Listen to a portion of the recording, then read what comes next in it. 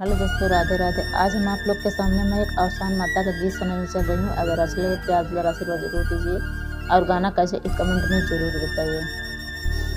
चुनरी मांगाए रहे हमाया पने बारे अपना पहिरई बारे अपना पहिरई बारे ओ बहिनी चढ़ी गयो सन माई के अनिया त जय जय करऊँ जय जय करऊँ।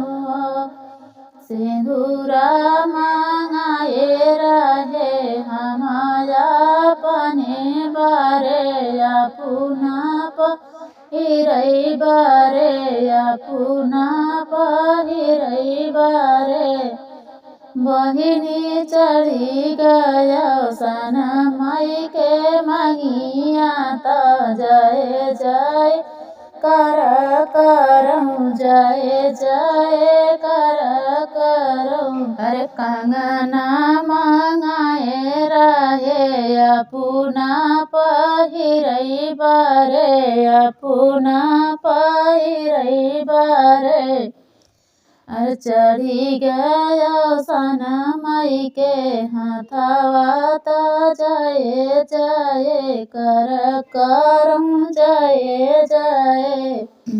हरवा मांगाए रहे हमाया पने बारे अपना पहिरई बारे अपना पहिरई बारे बहिनी चढ़ी गयो सन माई के हाथ गलवा त जय जय करऊँ जय जय करऊँ।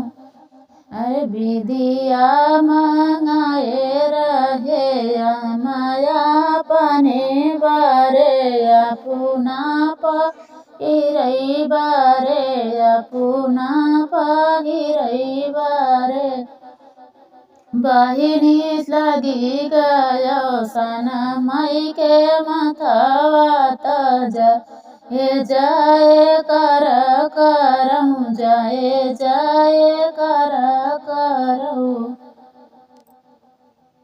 ये गाना कैसे आप लोग कमेंट बॉक्स में जरूर बताइए।